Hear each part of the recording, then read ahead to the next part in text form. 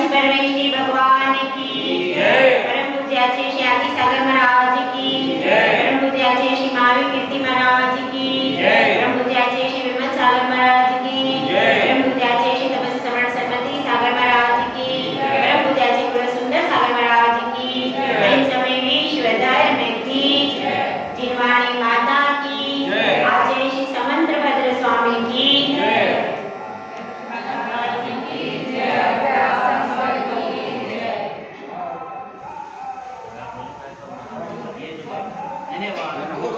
जब मैं था तब प्रभु नहीं, जब मैं था तब प्रभु नहीं, जब प्रभु है मैं नाही।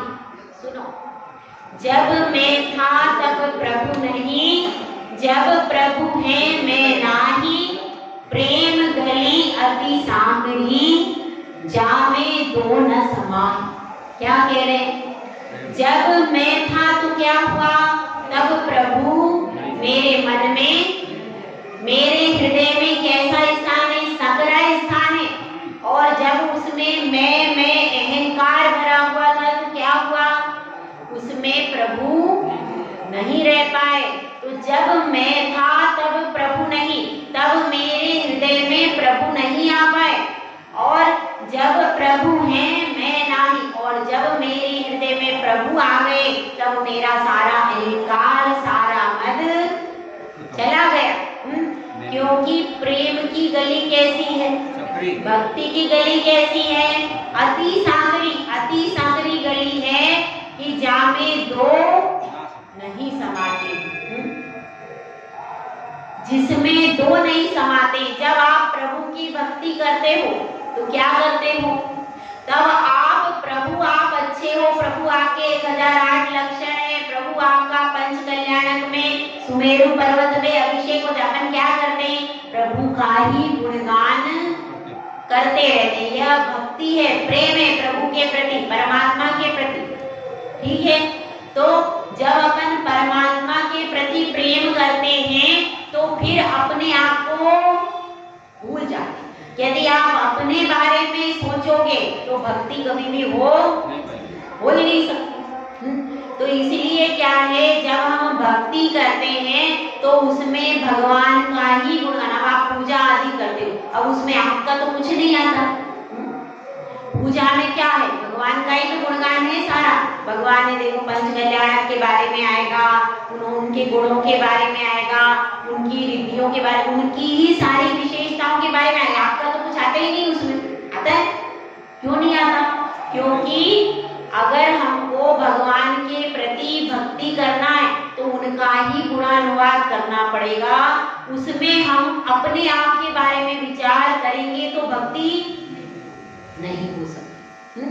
तो ठीक है, अब यहीं पर यही बात हो रही है कि प्रेम गली अति सांगरी, जामे दो, इसमें दो कभी भी नहीं होते। और दो प्रकार की भक्ति होती है, एक होती है भेद भक्ति, एक होती है अभेद भक्ति। भेद भक्ति मीन्स क्या? जहाँ पर भक्त और भगवान दो होते हैं और भक्त अपने आप को भूल करके भगवान की गुणानुवाद करता है, भगवान की भक्ति करता है। वो कौन है? वह है भेद भक्ति, जिसमें भक्त सामने खड़ा है और वो भगवान की भक्ति में लीन हो रहा है। हालांकि वो अपने बारे में कुछ नहीं कहेगा। वही सच्ची भक्ति है कि भक्त अपने बारे में कुछ नहीं, मैं फलाना, मेरा नाम, मेरा घर, ये कुछ भी नहीं कहेगा, केवल भगवान का गुणानुवाद करे। पर उसमें दो पात्र होते हैं। कौन? भक्त और भगवान। किसमें? भेद भक्ति में। और एक होती है अभेद भक्ति। अभेद भक्ति में पात्र एक ही होता है। कौन होता है? केवल भक्त, भगवान नहीं होते, केवल भक्त होता है। कौन सी? अभेद भक्ति में। और वह अपनी आत्मा की ही भक्ति करता है। उसको क्या कहते हैं? वह भक्ति मुनिराज करते हैं, जो कि शुद्धोपयोग में लीन है, अभी विदेह क्षेत्र में विराजमान है। और कौन करता है? और अरहंत भगवान करते हैं, सिद्ध भगवान, कि वो पूरी की पूरी समर्पण करते, बाहर नहीं, केवल अपनी आत्मा में अंदर ही लीन रहना। भक्ति का अर्थ वास्तव में क्या है? लीन हो जाना, अपने आप को पूरा समर्पित कर देना। जिस तरह से नदी सागर में स्वयं को पूरा समर्पित, वह भक्ति है। तो उसमें लीन। अब जैसे शुद्धोपयोग वाले मुनिराज वो क्या करते हैं? पूरी अपनी आत्मा में इतने लीन हो जाते हैं कि इधर से सियालिनी खा रही तो वह लीनता उनकी कहलाती है अभेद भक्ति। हम कौन सी भक्ति करते हैं? केवल भेद भक्ति ही कर पाते हैं। अभेद भक्ति तो कौन करते हैं? जिनका आत्मा के अलावा बाहर कहीं भी उपयोग चलायमान नहीं हो रहा, जिनकी मन वचन काया की स्थिरता है, वो करते हैं अभेद भक्ति। समझ में आई बात? तो इस तरह से अपनी चर्चा चल रही है।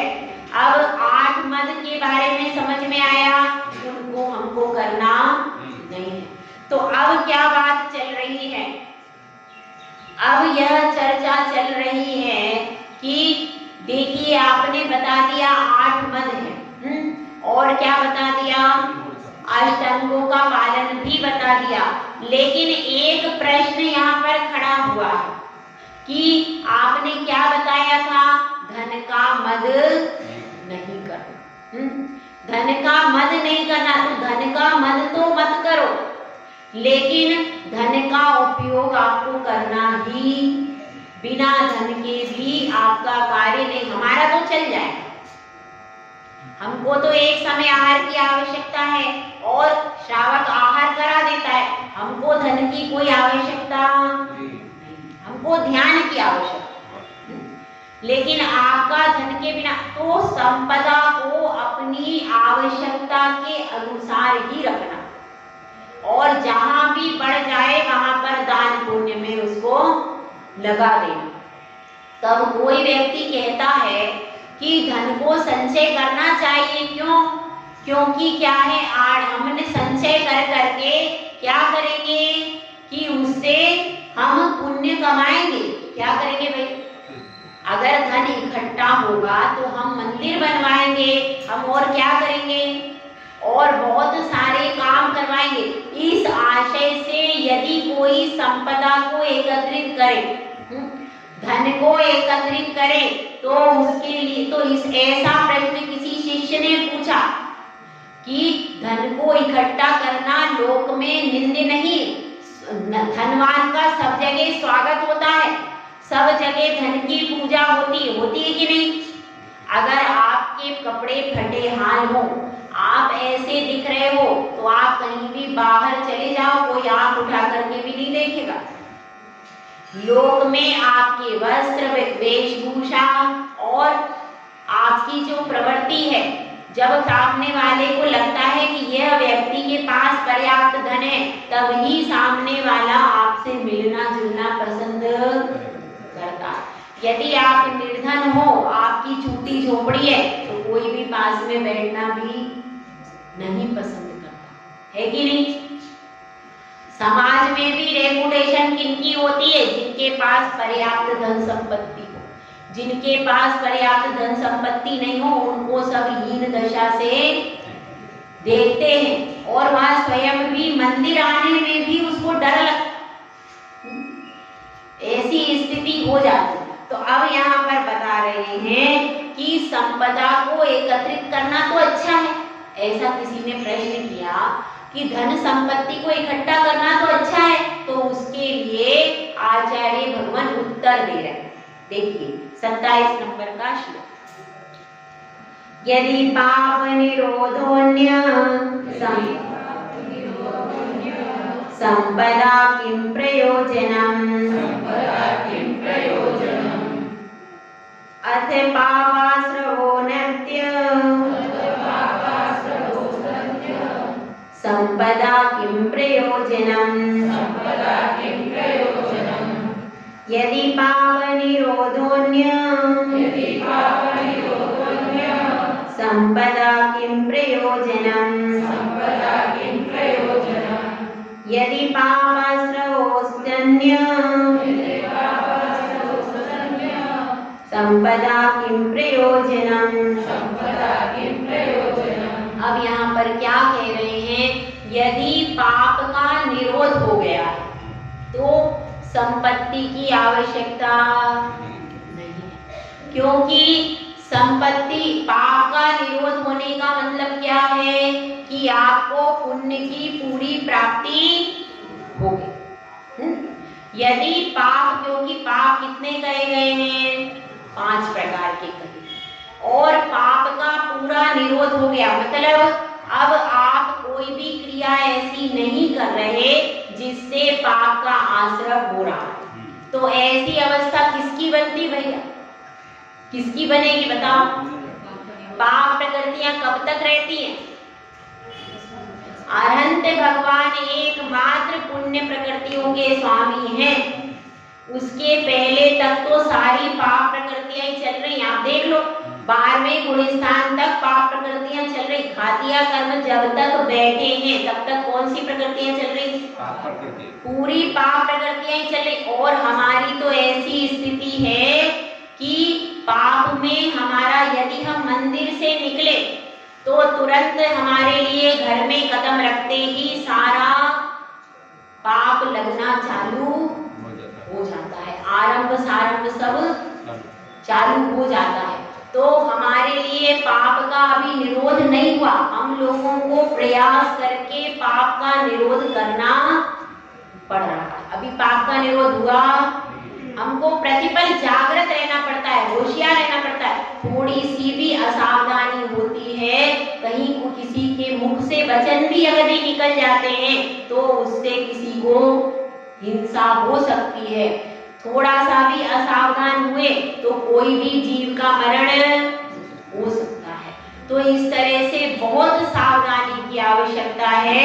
तो अभी पाप का निरोध हुआ नहीं, तो इसलिए हमको संपदा आवश्यक है।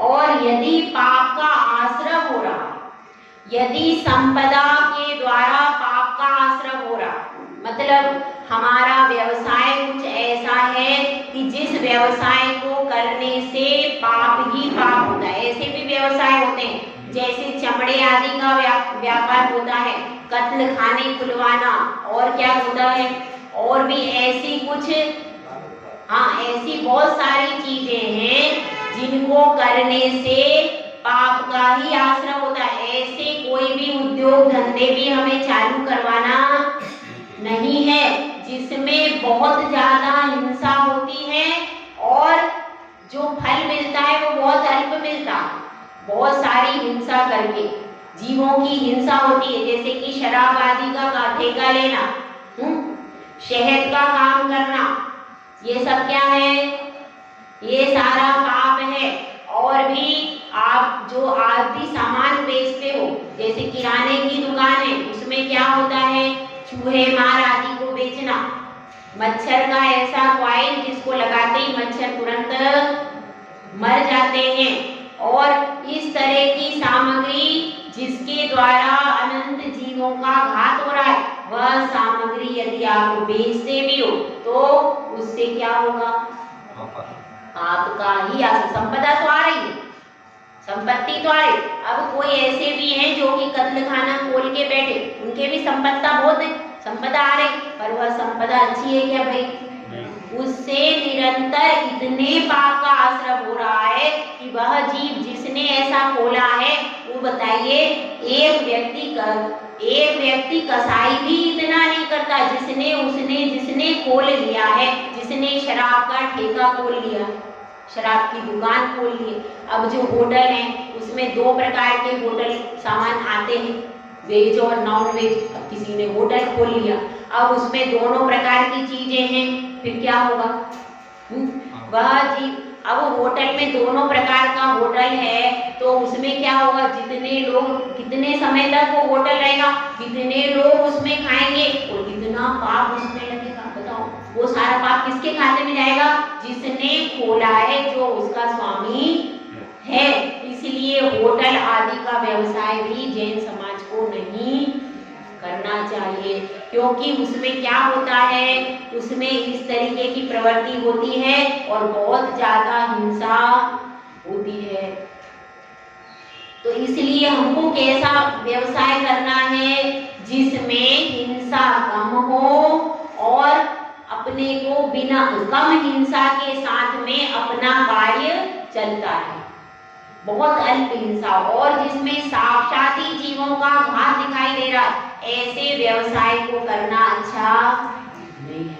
तो यहाँ पर यही बात चल रही है, यदि आपके पास पाप का आश्रय करके बहुत सारी संपत्ति आ रही, अब कोई कहेगा अरे तुम जल्दी कमा लोगे, देखो ये जुआ खेलने का काम कर लो, ये काम कर लो, जुआ का क्लब का काम, हाँ क्लब खोलना वो भी गलत है, क्लब आदि खोलते हैं उसमें लोग जुआ खेलते हैं, शराब पीते, ऐसा भी क्लब खोलना आदि सही नहीं है। ऐसी क्लब है, पार्टी, ये सब काम नहीं करना चाहिए, क्योंकि इससे क्या होता है, बहुत सारी हिंसा होती है जिसमें व्यसनों को प्रश्रय मिलता है। ऐसी चीजों को खोलना, तो संपदा का प्रयोजन क्या है, यहाँ पर यह बताया है कि यदि संपदा वही अच्छी है, धन वही कमाना है जहां पर पाप का निरोध हो सकता है, ऐसे धन को कमाओ कि जहां पर पाप का निरोध हो जाए। आपने धन कमाया और उससे बहुत सारा पाप हो गया तो क्या हो गया, उस संपत्ति से कुछ भी मिलने वाला नहीं, इस बात का ध्यान रखना। अब जैसे कुछ ऐसे, अब जैसे आप अनंत काय जीव, रसोई में भी क्या करोगे आप, रसोई में भी ऐसी सामग्री, अब आप भोजन के लिए सामग्री जो लेकर के आ रहे हो उसको भी देखभाल के लाओ, गोभी आदि है, ऐसी वस्तुएं जिनको आप शोधन करो, उसमें से नाना प्रकार के जीव निकल रहे, उनको आप बनाओ, चोखे में तो नहीं बनाना चाहिए। यदि हम उनको बनाएंगे तो उससे क्या होगा, बहुत सारा पाप का आश्रव। अब जैसे वो फूल गोभी आदि आती, वो जो सब्जियां हैं, कुछ सब्जियां भी ऐसी हैं जिनको बना करके उनमें अनंत जीव होते, और उनको यदि हम बनाते हैं तो कितना पाप लगेगा, उससे अनंत जीवों का घात होगा। तो ऐसी चीजें जिनसे अनंत जीवों का घात होता है, ऐसी चीजों को हमको नहीं बनाना चाहिए, जिससे, और ऐसी वस्तुओं को बनाना चाहिए कि जिससे कम हिंसा हो और हमारा भोजन का प्रयोजन भी सिद्ध हो जाए। तो अब यहाँ पर बात को समझना, दो चीजें हैं, कौन सी हैं, एक पुण्य और एक पाप। इसमें से सब लोग क्या चाहते हैं, किसको पसंद करते हैं और किसको नहीं पसंद करते भाई, पुण्य को सब पसंद करते हैं और पाप को कोई पसंद नहीं करता, सही बात है कि नहीं। सब लोग यही चाहते हैं कि हमारा पुण्य बढ़ता चला जाए, बढ़ता चला जाए, लेकिन पाप कोई बढ़ता हुआ, लेकिन कार्य क्या करते हैं, कार्य तो पाप के करते हैं, लेकिन पाप के फल को चाहते, तो ऐसा कैसे हो जाए। अगर आपने जो बीज बोया है फल वैसा ही लगेगा, जैसे नीम का बीज बोया तो क्या होगा, फल कड़वे ही, निगोली ही मिलेगी आपको। और यदि मीठा फल चाहते हो तो क्या करना पड़ेगा, तो फिर आम का बीज, आम की गुठली, जैसा फल आपको चाहिए वैसा ही बीज, वैसी ही गुठली आपको बोनी पड़ेगी। यदि हम यह चाहें कि हम कड़वे बीज बोएं और मीठा फल चाहें तो हो सकता है, लेकिन काम तो सब वही हो रहा। हम चाहते हैं धन संपत्ति खूब एकत्रित और क्या करें, और किसी भी साधन से कहीं भी मिल जाए हम धन संपत्ति एकत्रित कर लें, बाद में उससे पुण्य कमा लेंगे, तो ऐसा संभव है। यदि पाप के द्वारा बहुत सारी संपत्ति भी हमने एकत्रित कर ली और यह सोच रहे हैं अब हम दान दे देंगे तो दान के द्वारा वो संपत्ति शुद्ध हो जाएगी क्या भाई। बहुत सारे ऐसे भी लोग हैं जिन्होंने पाप के द्वारा उपार्जन कर लिया और पंच कल्याणकों प्रतिष्ठा में जाकर गुरु के पास निवेदन करते हैं कि हम दान देना चाहते हैं, तो गुरुदेव उनको कहते हैं आपका दान यहाँ पर लगेगा नहीं लगेगा। क्यों? क्योंकि आपने बहुत सारा पाप उपार्जन करके, बहुत सारे जीव हिंसा करके इस संपत्ति का उपार्जन किया है, इसलिए यह संपत्ति पंच कल्याण प्रतिष्ठा के लिए और भी पूजा विधान के लिए योग्य नहीं है। संपत्ति भी योग्य और अयोग्य होती है। जो संपत्ति, जिस संपत्ति में कम से कम पाप उपार्जन हुआ है और साक्षात कम से कम 10 जीवों के घात का जिससे संपर्क नहीं हो, ऐसी संपत्ति जो है वही धर्म कार्यों में लग सकती है, जिसके द्वारा जीवों की हिंसा हो रही, 10 जीवों का घात हो रहा साक्षात। ऐसी संपत्ति शुभ कार्यों में भी लगाने का विधान नहीं है। संपत्ति दूसरे के पास थोड़ी है तो वो थोड़ी लगे, जैसे आपको प्रतिमा जी बनवानी, अब कोई कहे कि मेरा इस प्रकार से मद्य का व्यापार है और मैं अपनी संपत्ति प्रतिमा जी के लिए लगा लूंगा, तो आप लोग क्या करोगे? जो गुरु होंगे वे मना कर देंगे कि आपकी धन संपत्ति प्रतिमा जी के लिए नहीं लग सकती। शिखर में कलश चढ़ाना है उसके लिए भी मना कर देते हैं कि ऐसी संपत्ति से कमाया गया धन आपका शिखर के कलश में नहीं लगेगा, क्योंकि आपकी वर्गणाएं कैसी थी उस समय? पाप से मलिन थी। तो यदि हम मंदिर में ऐसे लोगों का दान लेंगे तो क्या होगा? उनकी वो मलिनता उसको प्रभावित करेगी। और मंदिर तो बहुत पवित्र भावनाओं का समूह है, हम तो मंदिर में आके पापों को धोते, यदि पाप वाली संपत्ति इसमें लगा देंगे तो उसके प्रभाव से यहाँ पर मंदिर में बैठ करके भी विचार अच्छे नहीं बने। तो इसलिए यहाँ पर बता रहे हैं कि यदि वह संपत्ति पाप के निरोध से उत्पन्न हुई है तो वह संपत्ति कैसी है? अच्छी है और उस संपत्ति से प्रयोजन है। लेकिन वह संपत्ति यदि पाप का आश्रय करने से उत्पन्न हुई है तो उस संपत्ति का धर्म कार्यों में कोई भी प्रयोजन नहीं है। तो इसलिए हमको यह ध्यान रखना है, हमारी हर क्रिया से, किसी भी क्रिया से पाप का आश्रय नहीं होना चाहिए, तभी हमें, और उसी के द्वारा जो हम संपत्ति का अर्जन करेंगे वही हमारे लिए कैसी होगी? फलदायी होगी।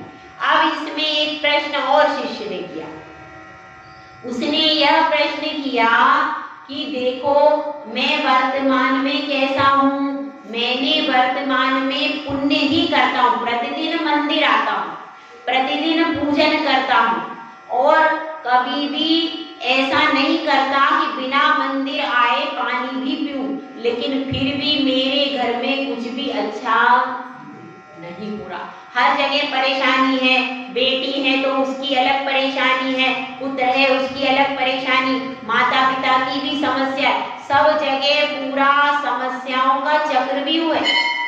तो अब मैं क्या करूं? क्योंकि मैं तो पुण्य ही कर रहा हूँ, मंदिर जाना कभी छोड़ता नहीं, फिर भी ऐसी स्थिति है। तो अब उसके समाधान के लिए गुरुदेव एक कथा सुनाते हैं। दो सगे भाई थे, दो सगे भाई थे, लेकिन क्या था, एक भाई तो व्यसनी था और एक भाई कैसा था? एक भाई अच्छा था। तो अब दूसरे भाई ने तो कहा, दोनों ही गरीब थे, पहले तो गरीब घर था, ज्यादा कुछ संपत्ति नहीं थी, तो एक भाई ने कहा कि पैसा ही सब कुछ है, क्योंकि हम गरीब हैं, कोई पूछता ही नहीं है, कोई बात तक नहीं करता, पैसा ही सब कुछ है। तो वह व्यसनों में पड़ गया और उसने येन केन प्रकारेण बहुत सारी संपत्ति बहुत कम समय में अर्जित कर ली, बड़ा बंगला बना लिया, बहुत उसकी जायदाद हो गई, अच्छे घर में उसका विवाह हो गया, बहुत सुखी हो गया। अब दूसरा भाई कैसा था? वो गरीब था। तो अब उसने भी क्या किया, उसकी छोटी सी ऐसी दुकान थी किराने की, और वह किराने की दुकान से ही अपना काम चला रहा था। तो अब वो बड़ा भाई उसके पास में आता कि देख अब भी तू सुधर जा, देख मेरे पास इतना बड़ा बंगला है, जमीन जायदाद है, सब कुछ है मेरे पास, और तू भी ये सब तरीके अपना ले और अमीर बन जा, अमीर बन जा। तो वह कहता है कि नहीं, मेरे पास थोड़ा सा है वही मेरे लिए सब कुछ है। उसका क्या तेरी जिंदगी है, दो कपड़े तेरे पास अच्छे नहीं, कहीं सोसाइटी में जाने लायक तेरे पास कोई सामान नहीं है, छोटा सा घर है और उसमें भी देखो कभी रोटी सुबह मिली तो नहीं, शाम मिली तो नहीं, क्या जिंदगी तेरी है, दिन भर मंदिर में पड़ा रहता है, क्या मतलब, इतना तेरे धर्म का क्या मतलब है, दिन भर मंदिर में जाता रहता है, गुरुओं को विहार करवाता रहता है, उनको आहार देता रहता है, सारी संपत्ति तेरी स्वाहा हो गई, तेरे पास कुछ है ही नहीं, तू मेरे साथ चल। तो वह क्या कहता है, वह कहता है कि नहीं, मैं तो धर्म पर विश्वास करता हूँ, और मैं कभी भी अपने, क्योंकि आज जो तुम कर रहे हो वह क्या है, वह क्या है, इसके निराकरण के लिए मैं तुम्हें मुनिराज के पास में लेकर के चलता हूँ। मंदिर में मुनिराज आए, वही हमारी समस्या का समाधान करेंगे। तो दोनों मिलकर के मुनिराज के पास में जाते। अब रास्ते में क्या होता है कि एक को ठोकर लगती है, और जब उसको ठोकर लग जाती है तो उसके तो वह गिर जाता है, उसको क्या कांटा लग जाता है, और दूसरा कैसे जाता है कि उसको रुपयों की थैली मिल जाती। कहानी सब आपने सुनी है।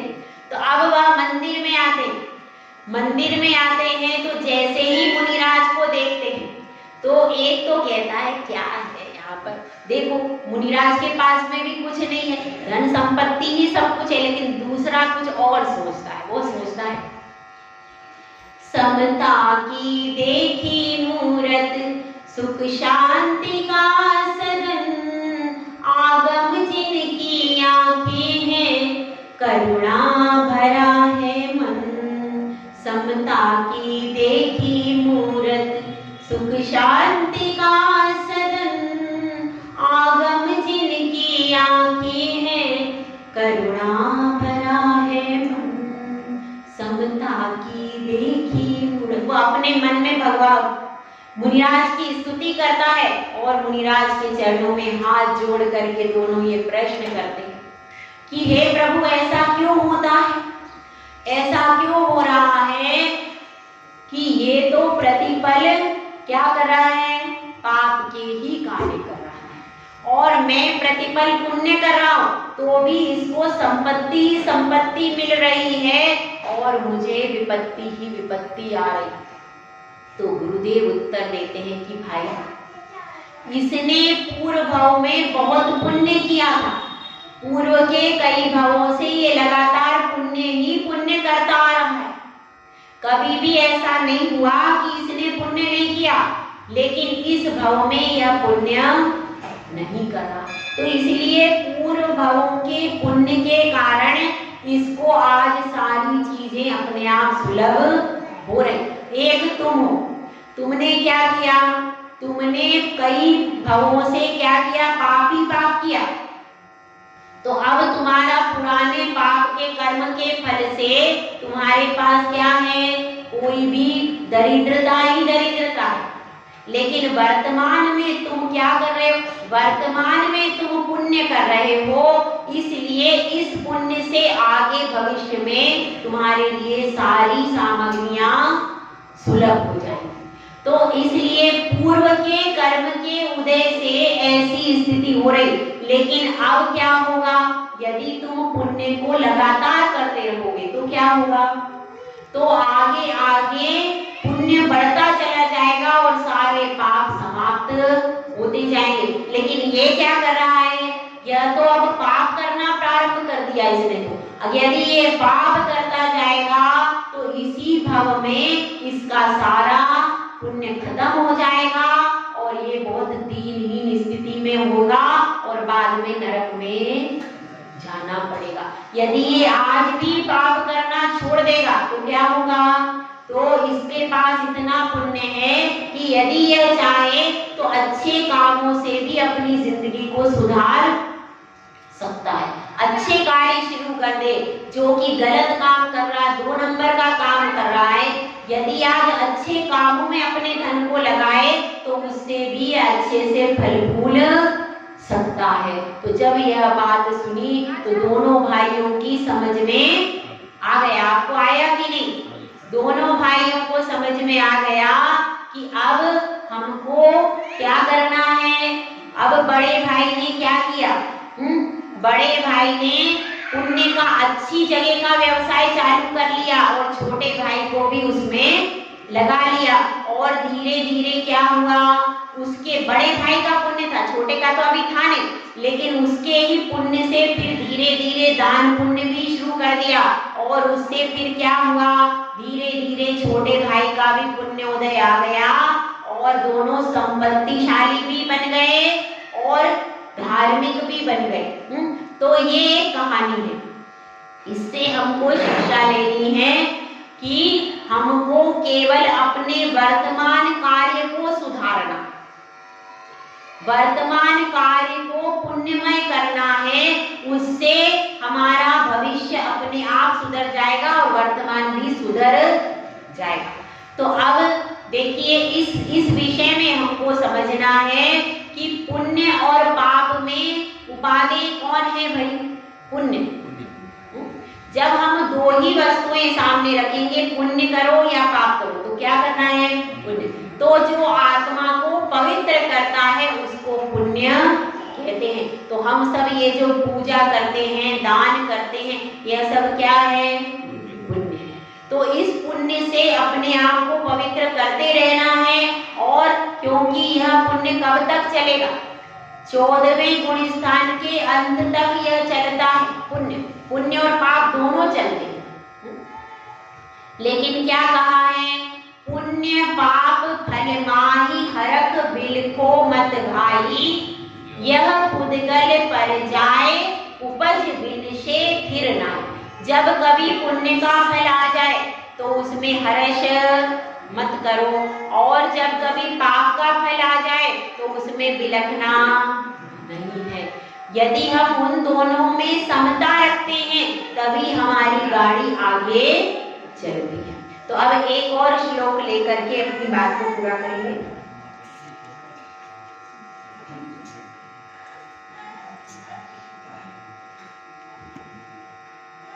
सम्यक् दर्शन संपन्नमपि मातंग देहजं देवादेवं विदुर्भस्म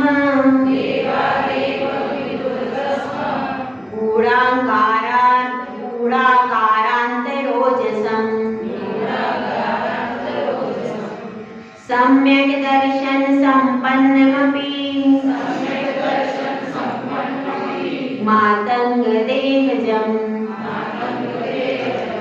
देवादेवं विदुर्भस्म गूढाकारान्तरोजसम्। अब इसमें क्या कह रहे हैं कि सम्यक दर्शन बहुत ज्यादा महत्वपूर्ण है। सम्यक दर्शन सच्चा मित्र है। यदि मित्र की बात की जाए तो सम्यक दर्शन सच्चा मित्र है, और यदि बंधु की बात की जाए तो सम्यक दर्शन सच्चा बंधु है। सम्यक दर्शन से बढ़कर के और कोई भी हमारे लिए 3 लोक में 3 काल में हितकारी नहीं है। तो यहाँ पर बात यह चल रही है कि एक मातंग यानी चांडाल, एक चांडाल था जो सम्यक दर्शन से संपन्न था, लेकिन उसका शरीर कैसा था? शरीर उसका चांडाल था, चांडाल का शरीर था, लेकिन फिर भी उसके लिए उपमा दी देवा देवम, उसको देव कहा गया। और क्या कहा गया? विदुर भस्म, यानी भस्म से आच्छादित गूढ़ अंगार, जो कि गूढ़ का मतलब है छिपा हुआ। जो अंगारा भस्म से छिपा हुआ है, यानी उसमें अभी अंगारा दिख रहा है क्या? यदि अंगारे के ऊपर राख रख दे, राख होती है तो अंगारा दिखता है क्या? ऐसा ही अंगारा जिसके ऊपर से राख रखी है और वह गूढ़ है यानी छिपा हुआ है, जैसे वह अंगारा होता है उसी प्रकार से वह चांडाल था। तो अब चांडाल की क्या कथा थी, इसको सुन लीजिए। एक यमपाल नाम का चांडाल था। अब उसने मुनिराज के पास गया। कहीं पर मुनिराज का ऐसा सामूहिक प्रवचन होता है जंगल आदि में, तो वहां पर कहीं गया होगा, तो उसने मुनिराज के प्रवचन सुन लिए और मुनिराज के प्रवचन सुन करके उसको क्या हो गया, उसको श्रद्धान हो गया कि यही धर्म सच्चा है, ऐसा उसको श्रद्धान हो गया। और उसने मुनिराज से कहा कि मैं कैसे धर्म का पालन करूं, क्योंकि मेरा तो राज दरबार में मेरी ड्यूटी है कि जब भी कोई वध करना हो तो बुलाया जाता है और मुझे वध करना पड़ता है, मेरी ऐसी परिस्थिति है, तो अब मैं कैसे धर्म करूं। तो मुनिराज ने कहा ऐसा करो, तुम केवल चतुर्दशी का नियम ले लो। तो उसने कहा ठीक है, केवल चतुर्दशी के दिन तुम हिंसा नहीं करना, बाकी तो तुम रोज कर ही रहे, तुम्हारा तो काम ही है, तो क्या करो। और राज दरबार में ड्यूटी है तो उसको पूरा नहीं करोगे तो क्या होगा। तो इसलिए उन्होंने कह दिया आप चतुर्दशी के दिन। अब वह नियम लेकर के अपने घर पे आ गया। अब क्या होता है, वह नियम लेकर के तो आ गया, लेकिन अब क्या स्थिति बनी कि चतुर्दशी के दिन ही राजा को यह पता चला कि राजकुमार ने क्या कर दिया, मेढ़े की हिंसा कर दी। राजकुमार ने मेढ़े की हिंसा कर दी। जब राजा को यह बात पता चली कि मैंने पूरे राज्य में निषेध कर दिया था, अष्टारिका में कोई भी जीव का वध नहीं करेगा और मेरा स्वयं का राजकुमार ऐसी स्थिति करे, तो कैसा लगेगा राजा को। राजा को बहुत संताप होता है और वे न्याय व्यवस्था के अनुसार दंड दे देते हैं कि इसको राजकुमार को मृत्यु दंड दे दिया जाए। ऐसी आज्ञा हो जाती। अब राजा की आज्ञा हो गई। क्या किया, राजकुमार को यहाँ पर वध स्थान था, फांसी था, सूली था, वहां पर सूली पर ले गए। अब जैसे ही वहां ले गए तो देखा कि वहां पर तो चांडाल है ही नहीं। वध करने के लिए तो उसी की आवश्यकता होती है। तो उसको बुलाया गया कि भाई जाओ, वहां आज आया नहीं, क्या बात है, उसको पकड़ कर लेकर के आओ, क्योंकि ये कार्य करना है। तो सब लोग कहाँ गए, सैनिक यमपाल चांडाल के पास गए। और वो क्या करता था, बहाना लगा करके चतुर्दशी को कहीं चला जाता था, कहीं भी दूसरे गांव में चला जाता था या कुछ कर लेता था। तो उस दिन घर में ही कहीं इधर उधर हो जाता था, ऐसा कुछ कर लेता था। तो अब क्या, चतुर्दशी की तिथि आ गई और अब वो बाहर नहीं जा पाया, बाहर उस दिन जा नहीं पाया। तो जैसे ही उसने सैनिक देखे तो उसको समझ में आ गई कि भैया ये तो लेने को आ गए, अब मेरा नियम है, मैं तो चतुर्दशी को हिंसा करूंगा नहीं, अब मैं क्या करूं। तो उसने क्या किया, तो फिर वह घर में तख्त आदि के पीछे छुप गया। अब सारे सैनिक आकर खड़े हो गए और अपनी पत्नी से कह दिया कि देखो सैनिक आ रहे हैं, उनसे ये कह देना कि मैं दूसरे गांव गया, मेरा पीछा छूट जाएगा, ऐसे कहने के लिए। अब वह पत्नी उसकी दरवाजे पर खड़ी हो गई। सैनिक आए, उन्होंने पूछा कि कहाँ है चांडाल, उसको बुला दो, यमपाल को बुला दो। तो पत्नी कहती अरे वो तो दूसरे गांव गए हुए। उनका अच्छा, अरे कैसा उसका भाग्य है, देखो आज तो राजकुमार को वध करने का हुक्म हुआ, उसके सारे इतने बहुमूल्य वस्त्राभूषण, उसके पूरे जेवर, वह सब आज उसको मिल जाते कि अच्छा। अब उसके मन में क्या आ गया, लालच, बुरी बला है, उसके मन में आ गया लालच। अब वह कहती है कि अच्छा इतना अच्छा अवसर है, तो वो क्या कहती है, मुंह से तो नहीं करती है और इधर से इशारा कर दे। तो इशारा करे वो तुरंत, वो तो सैनिक तो एकदम होते ही समझदार, तुरंत समझ जाते हैं और तख्त के नीचे से उसको पकड़ करके ले गए। अब यमपाल चांडाल फंस गया, वो क्या करे। अब वो राजा के दरबार में उसको ले जाते हैं। तो राजा तो आज बहुत गुस्से में था, क्योंकि अपने ही सुत ने ऐसी गलती की, तो उसको बहुत ज्यादा एकदम गुस्से में चिल्लाता है कि आप कहाँ चले गए थे? आज यहाँ पर आवश्यकता थी और तुम कहाँ चले गए थे? जल्दी से जाकर के अपना कार्य करो। तो वह हाथ जोड़ करके कहता है कि हे महाराज, आज मैं हिंसा नहीं करूंगा, आज तो चतुर्दशी है, मेरा चतुर्दशी का हिंसा करने का विचार है। राजा को और भी ज्यादा गुस्सा आता है, कहीं चांडालों का भी त्याग होता है, तुम्हारा तो काम ही ये है, कौन सी बात कर रहे हो? और चलो, जब उन्होंने क्योंकि गुस्से में जब हम होते हैं तो हम सामने वाले की बात को भी सुनना नहीं चाहते, और जब अति तीव्र क्रोध होता है तो क्या होता है? विवेक नष्ट हो जाता है।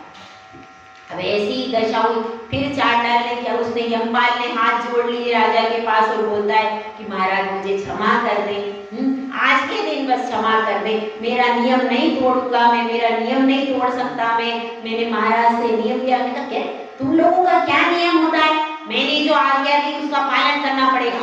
और जब इसको कह दिया तो राजा को लगा वो बहाना बना रहा है। राजा को यही लगा, गुस्सा उसको आ रहा था, उसने सोचा ये बहाना बना रहा। तो उन्होंने गुस्से में कहा, देखो ये भी आज्ञा को नहीं मानता है, ये पुत्र भी आज्ञा को नहीं मानता, दोनों को ले जाओ समुद्र में फेंकवा। बस अब वो राजा की आज्ञा, उस समय गुस्से में राजा, तो सब लोग चुपचाप दोनों को वहां से लिवा गए और उनकी आज्ञा के अनुसार समुद्र में भिगवा दिया। राजकुमार तो दोषी था, वह हिंसा करता था, तो जैसे ही उसको समुद्र में डाला गया तुरंत जल जंतु पकड़ करके ले गए। लेकिन इसको, यह तो सच्चा था, वास्तव में इसका नियम था। तो क्या हुआ, जैसे ही इसको वहां पर डाला गया वैसे ही जल देवता का आसन कंपायमान हो गया कि ये क्या हो रहा है, यह तो निर्दोष है और इसका वास्तव में चतुर्दशी का नियम है। तो जल देवता ने सिंहासन पर उसे बिठा लिया और जल से बाहर लेकर के आ गए। जब लोगों ने यह देखा कि यह क्या हो रहा है, इसको सिंहासन पर कैसे बिठाया गया, तो उनको गलती समझ में आ गई। किसको? राजा को भी गलती समझ में आ गई कि वास्तव में इसका चतुर्दशी का नियम था और यह सच्चे देवशास्त्र गुरु पर भक्ति करने वाला है, यानी इसको मृत्यु का दंड दिया, फिर भी इसने धर्म को छोड़ा नहीं, फिर भी उसने धर्म को छोड़ा। तो इसलिए उस मातंग को क्या कहा कि जिस प्रकार से अंगारा होता है वह भस्म से ढका हुआ, इसी प्रकार से इसके अंदर जो आत्मा है वह तो पवित्र है, लेकिन ऊपर से जो कलेवर है वो किसका है? वह नीच कुल का, वह चांडाल का है। तो आत्मा तो सबकी अंगारे जैसी ही में जाज्वल्यमान है, ज्ञान दर्शन चेतनाएं, ऊपर के कवर में केवल अंतर है कि उसका जन्म इस कुल में हो गया है, नीच कुल में। लेकिन इतना होते हुए भी उसने अपने सम्यक दर्शन को छोड़ा। जो मुनि के प्रति उसका श्रद्धा था कि नहीं, मुनि ने नियम दिया, मैं चाहे मेरे प्राण भी निकल जाए फिर भी मुनि के द्वारा दिया गया नियम में नहीं। आपकी ऐसी श्रद्धा है क्या भाई?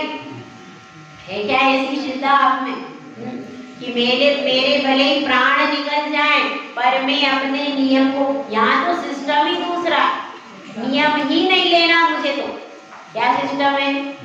नियम में नहीं लूंगा क्योंकि नियम लेने से कभी टूट गया तो, इसलिए नियम ही नहीं। बहुत सारे लोग हैं ऐसे कि वो कहते हैं नियम ही नहीं लेना, अगर कभी कहीं बोलो कि आप ये नियम ले लो अभिषेक कर, नहीं हम नियम नहीं लेंगे। जब आप परीक्षा में बैठोगे नहीं तो पास कैसे होगे बताओ? अगर सीता अग्नि परीक्षा नहीं देती तो फिर उसके सतीत्व के बारे में आज कौन गाता? कोई गाता? बिना परीक्षा किए कोई भी वस्तु सफल होती। सोना भी 100 बार परीक्षा होने के बाद उसके जेवर बनाए जाते हैं, ऐसे ही नहीं हो जाता। रत्नों की भी परीक्षा होती है, हर चीज की परख की जाती है। तो नियम का मतलब क्या है? आपकी परीक्षा की घड़ी। अगर आपने नियम का पालन कर लिया, ऐसे ही परीक्षा में यदि आप अच्छे से लिख करके आ गए तो फिर शिक्षक चेक करके नंबर देगा। अब आप परीक्षा में लिख करके ही नहीं आओगे तो क्या नंबर मिलेंगे बताओ? तो इसमें पुण्य के क्षेत्र में नियम का बहुत महत्व है।